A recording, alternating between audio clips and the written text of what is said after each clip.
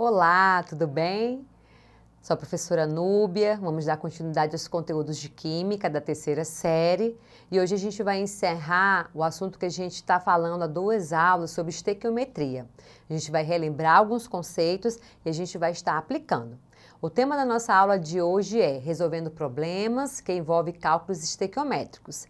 E aí a gente vai estar vendo os objetivos da nossa aula. Primeiro, aplicar os conceitos sobre constante de Avogadro, mol, volume molar, nas relações estequiométricas. Vamos identificar e balancear as equações químicas. Vamos compreender o papel dos cálculos químicos e suas aplicações. E vamos resolver alguns problemas que envolvem os cálculos estequiométricos. Então, vamos lá? Então, o segundo o cálculo estequiométrico é usado justamente para determinar a quantidade de reagentes que se deve utilizar nessa reação química e a quantidade de produto ou da substância que a gente será formado ou serão obtidos, tá? Ok? Então, esse é um dos objetivos. E qual é a importância do estudo sobre o cálculo estequiométrico? Ele é importante principalmente em laboratórios e em indústrias, porque são nesses locais que se trabalha com as reações químicas de grande porte, de maior quantidade, e lá é necessário conseguir um maior rendimento possível dessas reações para que tenha os lucros e e tenha menos desgastes, né? Tenha a economia dessas substâncias também, beleza? Então vamos lá. O que está baseado o cálculo estequiométrico? Em 2 leis, que são conhecidas como leis ponderais. O que essas leis dizem? Então, nós temos a lei da conservação da massa, que é de Lavoisier. A mais famosa dele é: na natureza nada se perde, nada se cria, tudo se transforma. A gente vai estar observando essa lei na prática, que ela é conhecida como lei da conservação da massa. E temos a lei das proporções constantes, que é a lei de Proust, que aí ele vem dizer que uma determinada substância composta é formada por substâncias mais simples, unidas sempre na mesma proporção em massa. Então, essas 2 leis são conhecidas como leis ponderais, que é o que vem da base para o nosso estudo nos cálculos estequiométricos. Então, vamos lá. A gente vai ver um exemplo da lei da conservação das massas. Então, a gente tem aqui os reagentes no primeiro membro e temos aqui o produto no segundo membro. Então, se a gente fosse calcular a massa molar de cada uma dessas substâncias, desse elemento químico, a gente tem o carbono, a massa molar dele vai ser 12 gramas.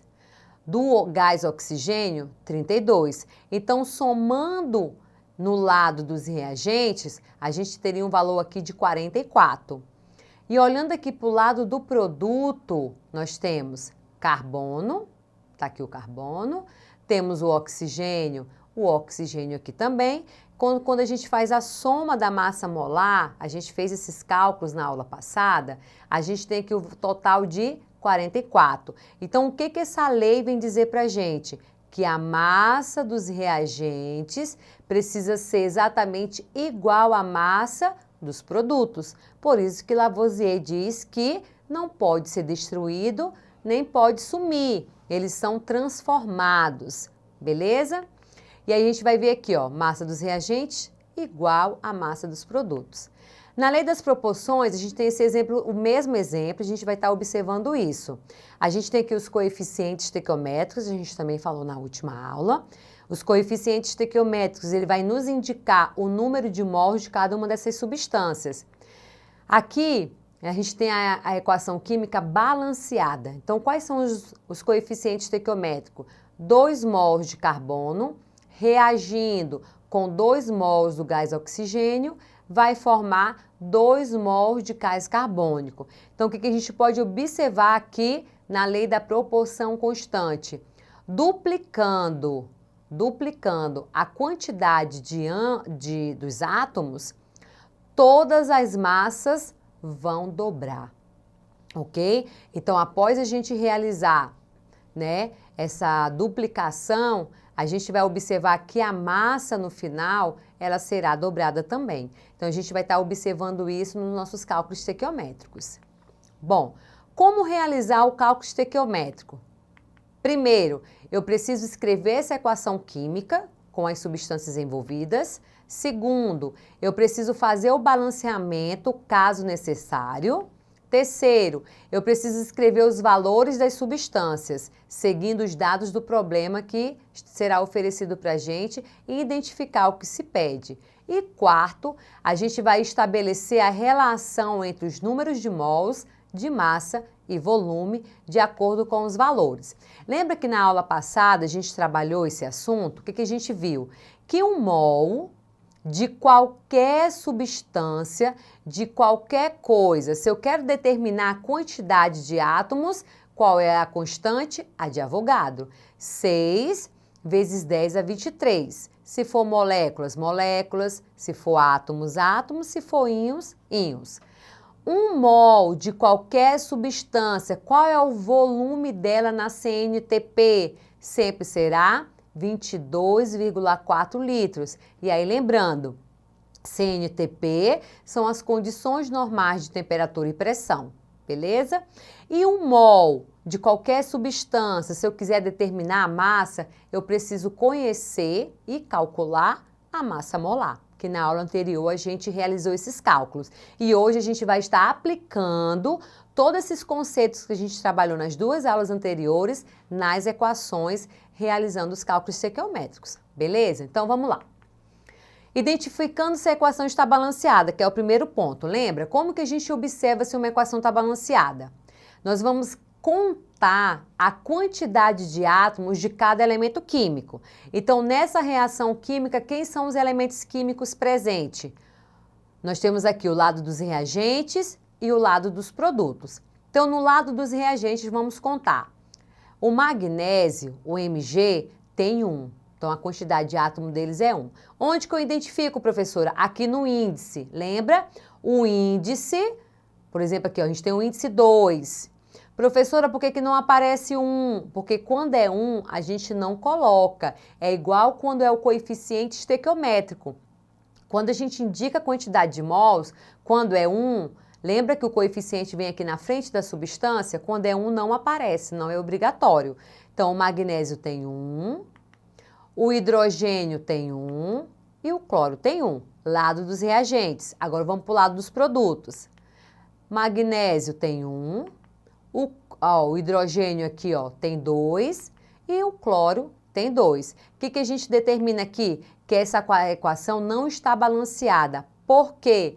A quantidade de átomo dos elementos químicos dos reagentes é diferente do lado dos produtos. Vamos ver outro exemplo? Nós temos aqui o alumínio, o cloro, são os elementos químicos presentes nessa reação. Então, nós temos aqui lado dos reagentes e lado dos produtos. O alumínio só tem 1, tá aqui ó, no índice 1 não aparece, o número, mas é 1. E o cloro nós temos 2. Lado dos reagentes, antes da seta, nós temos o primeiro membro. No produto nós temos alumínio tem 1, e o cloro nós temos 3. Então, essa equação também não está balanceada. Então, é dessa forma que nós vamos identificar se a equação está balanceada ou não. E a gente vai praticar um balanceamento antes do cálculo estequiométrico. Então, vamos lá? Nós temos aqui quem são os elementos químicos presentes nessa substância? Nessa equação química. Hidrogênio e oxigênio. Então, vamos lá. Lado dos reagentes, nós temos 2 hidrogênio e 2 oxigênio. Lado dos produtos, nós temos 2 hidrogênio e 1 oxigênio. Então, a equação não está balanceada. O que a gente precisa fazer? No lado dos produtos, nós precisamos ter 2 oxigênios. O que a gente precisa fazer? Colocar um 2 aqui. Por quê, professora? Porque quando eu multiplico esse coeficiente pelo índice, a gente vai obter 1, ó. 2 vezes 1 vai ser igual a 2. Então, agora, a quantidade de oxigênio lado dos reagentes é igual ao lado dos produtos. Mas o que acontece aqui? Essa substância é uma substância composta, porque ela é formada por 2 elementos químicos diferentes. Então, esse 2 não é só do oxigênio, ele também pertence ao hidrogênio. Então, a gente tem que fazer essa multiplicação. 2 vezes 2 igual a 4. Então, o que aconteceu aqui? lado do reagente precisa ter 4 também. Então, a gente vai identificar um número que multiplicado por 2 vai dar a quantidade igual a 4. Então, se a gente colocar o 2 aqui na frente, ó, 2 vezes 2 igual a 4. Agora sim, essa equação ela está balanceada. Quem são os coeficientes estequiométricos? 2, 1 e 2. Beleza? Então, vamos lá. Agora, a gente vai identificar as relações molares, que é aquelas relações mol, Avogadro, a quantidade de átomos, mol, volume, beleza? Então, a gente tem aqui essa equação química. Quem são os coeficientes estequiométricos? O 1 na frente do N, o 3 e o 2. Então, se a gente fosse determinar a quantidade em mols de cada substância presente nessa equação, então seria assim, ó, 1 mol mais 3 mols produziu 2 mols dessa substância. Agora, se a gente quer determinar a quantidade de moléculas, lembrando, se a gente quer determinar a quantidade de moléculas, átomos ou íons, a gente precisa lembrar da constante de Avogadro. Então, a gente tem aqui, ó, se é 1 mol, 6,2. Se é 3 mols, a gente multiplica 3 vezes 6, 18. Produziu 12, porque 2 mols vezes 6 vai ser igual a 12, ok? Agora o volume, como a gente viu anteriormente, 1 mol de qualquer substância, o volume na CNTP é 22,4. Então o volume aqui vai ser 22. Nesse daqui vai ser 67,2, porque é 3 mols vezes 22,4. E vai produzir 44,8 litros, porque vai ser 2 vezes 22,4, ok? E aí a massa molar. A massa molar, a gente precisa conhecer a massa atômica de cada elemento químico, como foi disponibilizado aqui, e a gente vai fazer o cálculo. 2 vezes 14, 28 gramas. Aqui, ó, 3 vezes 2, 6 átomos de hidrogênio. A massa atômica dele é 1, então vai dar 6. E aqui a gente somando, fazendo a multiplicação do índice pelo coeficiente de cada um desses elementos químicos, a gente vai ser igual a 34, ok? Então vamos para o primeiro exercitando. A primeira relação que nós vamos fazer nesse cálculo estequiométrico é relação massa-massa.